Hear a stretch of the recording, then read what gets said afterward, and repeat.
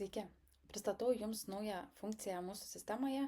Tai yra galimybė sąskaitos išrašymo metu, pardavimo sąskaitos išrašymo metu pasirinkti prekę su neigiama reikšme, ar tai būtų kiekis ar vieneto kaina.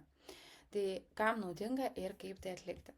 Kliuojame į sąskaitos kūrimo langą, pasirenkame pirkėją ir įsivedame prekes, kurias norime įtraukti į pardavimo sąskaitą.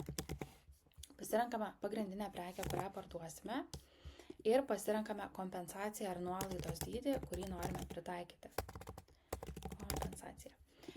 Pasirinkus šias prekes, pasirenkam kiekį, ar tai būtų su minusinė reikšmė kiekis ar kaina, ir atitinkamai pasirenkame ir kainą. Pasikeičiame kalbą. Taip. Šitas funkcionalumas pasitarnaus tada, kai jums reikalinga kompensuoti už dalį pardavimo sumos. Pavyzdžiui,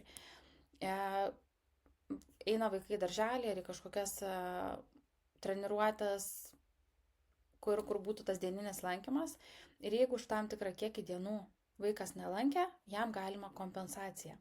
Ar ne, už kelias dienas būtent dienos kaina kompensuojama. Tai šiuo funkcionalumu jūs tai galėsite lengvai pritaikyti. Svarbus akcentas tame, kad galutinė pardavimo sąskaitos suma jinai turi būti teigiama. Kadangi tai nėra kreditinė, o yra paprasta sąskaita faktūra, tai turėtų jinai būti teigiama. Tokiu būdu bus galima išrašyti sąskaitą su kompensacija ar nuolaida.